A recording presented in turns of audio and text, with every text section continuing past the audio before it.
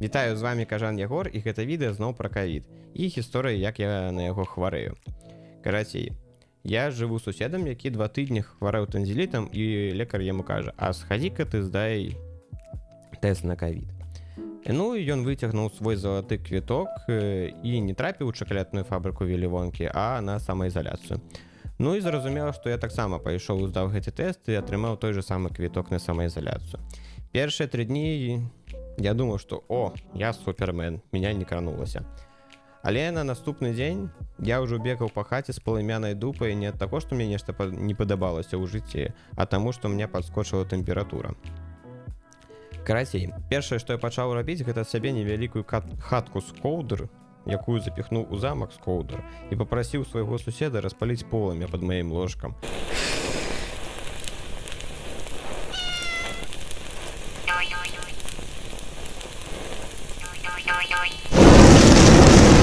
Але пасля тэлефоннага званку маёй знаёмай, якая працуе лекарам, яна кажа: дурань, калі ты не выцягнешся адтуда і не накрыешся толькі прасцінай, я пну цябе. А калі ты будзеш піць ібуправен, я пну цябе 2 разы, бо нельга. Ну, сказана, зроблена. Другая моя знаёмая кажа: набудзь сябе пульс-аксіметр. Гэта вось такая рэч на палец. І яна кажа, які ў цябе кісларод у крыві. Зараз у мяне 2 полоски.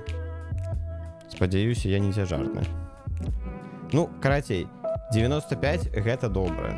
99 таксама добра. Зараз 97.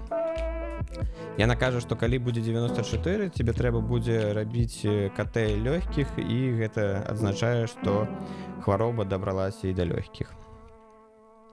Карацей, што было далей?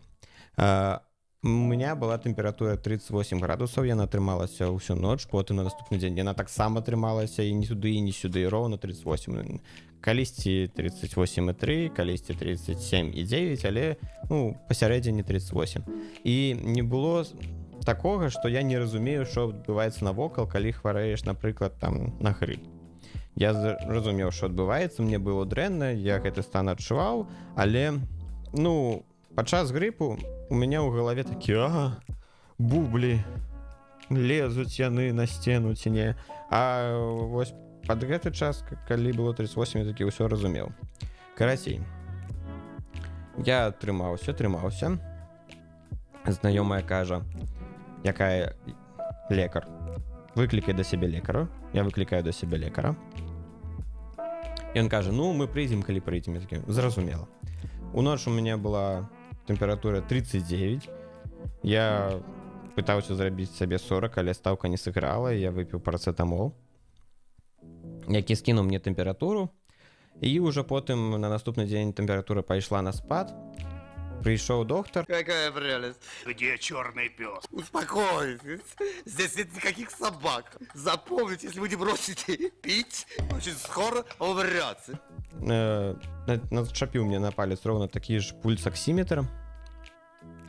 Казаў: пейце вітаміны і гамеапатыю. Вітаміны я п'ю, гамеапатыю я не набываў. І ён замовіў да нас яшчэ, каб да нас прыйшлі і тэст зрабілі, і суседу, і мне. Карацей, калі пачала спадаць тэмпература, у мяне знік пах і смак. І гэта, ведаеце, незвычайна, бо ты губляеш свой асабісты пах. Ты яго не заўважаеш, але звычайна ты там, такі парачнуўся, такі: ой, господи, святы Божа, так, і ідзеш мыцца і чысціць зубы. Але яго няма, ты нічога не адчуваеш. Карацей, яблыкі і чыпсы для мяне былі аднолькава хрусцящыя. І на сённяшні стан усё не так дрэнна. Смак да мяне вяртаецца, пахі таксама вяртаюцца, мыцца зноў прыходзіцца. Тэмпература ў мяне ўжо нізкая, больш такі разбіты стан. Але я яшчэ забыў, што доўгі час у мяне трымалася адчуванне, што мяне закінулі ў вялікі мяшок і білі палкамі. Таму што баляць усе мышцы.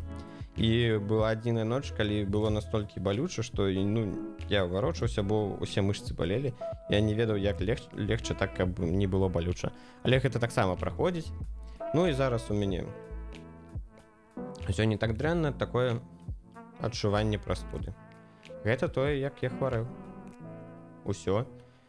у мяне ўсё было по-свойму, у кожнага ён ідзе по-свойму. Не трэба слухаць мяне і знаходзіць тут нейкія парады, як хварэць на яго. Просто выклікайце доктара. Пакуль.